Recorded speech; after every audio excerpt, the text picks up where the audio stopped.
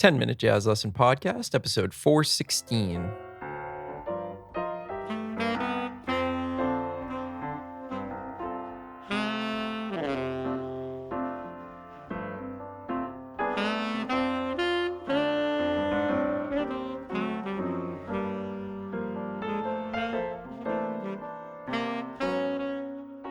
Hey everybody, welcome back to episode 416 of the 10-Minute Jazz Lesson Podcast. We are continuing our series on the great Duke Ellington tune, Just Squeeze Me. Over the past couple of weeks, we've been talking about and adding a couple of chords. In that first week, we learned the melody and we learned the key centers. Then last week, we got a little down and dirty on the bridge, and I explained some of those really, really important chords that are happening and some of the theory behind it.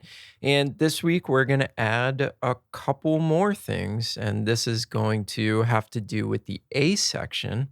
And just like last week, how we talked about the one chord becoming the 5 of 4, and how that might be, well, not might be, is one of the most important harmonic movements in jazz. This week, we're going to talk about something else that I consider to be extremely, extremely important. It's something that you know about, but we're going to take a little bit of a new spin on it so that you can get some really, really interesting sounds into your playing. So let's dive right in. If you are a Patreon member and you have a copy of the new PDF with the new chords on it for this week, why don't you take that out and we will start chatting about those A sections. So I'll be speaking in concert, and we know that this tune, the A sections, are in the key of concert F. And we're still going to leave that really open. The first three measures, we're just going to think about F. All right. And we're gonna keep using our ears to determine what we play, but we're gonna keep our mind centered around F. But now if you look in bar 4, what you will notice is that we have some new chords. We have what's lovingly referred to in jazz shorthand language as 3, 6, and then in bar 5, we have 2 to 5, 1. Now, I say jazz shorthand because while the 3 chord is a true 3 chord, the 6 chord cannot be a true 6 chord because it has an F sharp in it. And an F sharp is not in the key of F. So really what it is it's a 5 of 2. That D7 flat 9 leads us into the G minor chord, okay? And then obviously we just complete the cycle until we get home again, all right?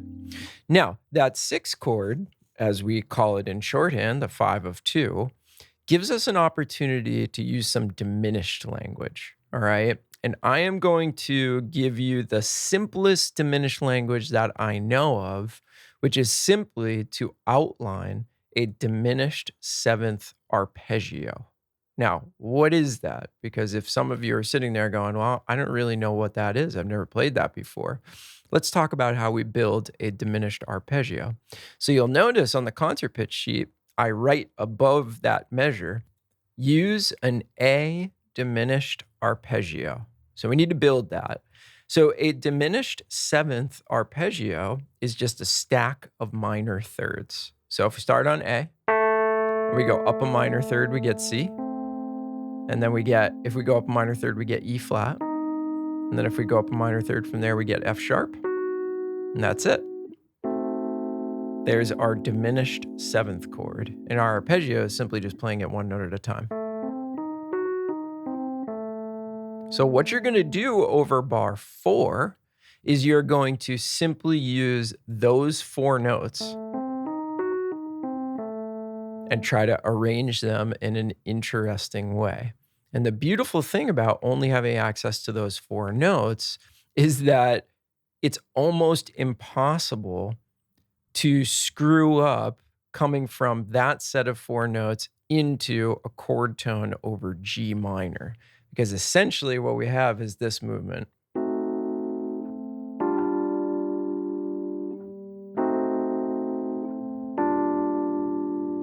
Okay. So if you're playing all this crazy stuff, you're going to land really nicely and it's almost foolproof.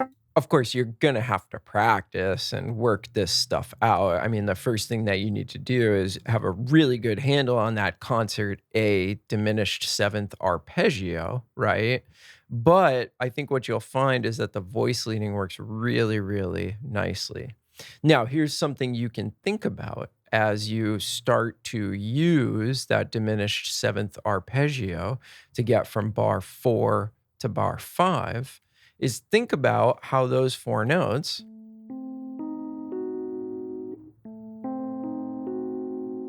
think about how they relate to D. Think about how they relate to a D7 flat 9 chord. And I think you'll find a lot of really, really interesting things going on in there. I'm not gonna spoon feed it to you. You wanna look at those relationships, you wanna check them out, you wanna think about it, right? And then come to your own conclusions about why it works so well. Many of you already know why it works so well. But if you don't know, it's really, really important that you sort of do the mental and physical work of figuring it out for yourself. Okay. So now if I play the A section actually with all the chords, don't worry about what's happening in the first 3 bars. Okay. Just know that F works over those first 3 bars, but you're going to hear some other chords happening. But I want you to really, really focus in on what's happening in bar 4. See if you can hear those chord changes that are on the sheet now. 1, 2, 3, 4.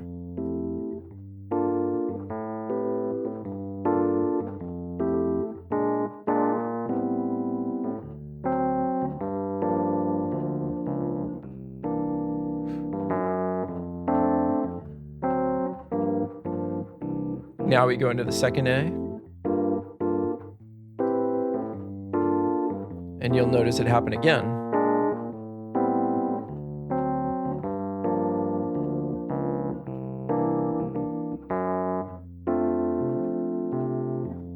Now we hear our old friend, 5 of 4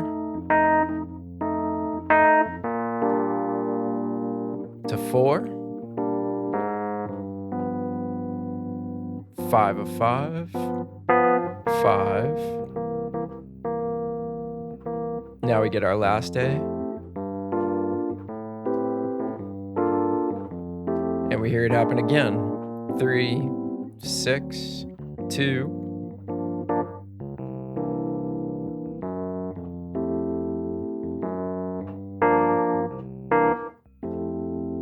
Okay. And that's what we're dealing with this week. So we really want to zoom in on trying to use and get used to the sound of that diminished seventh arpeggio. Okay. So the Patreon members, the $5 members will get another trading track with some of that stuff mixed in there so that you can hear it and be working on it at the same time and we can kind of bounce off of each other. I will also play a chorus over this tune at the end of the episode using a bunch of those diminished sounds, just so we can part ways having that stuff in your ear.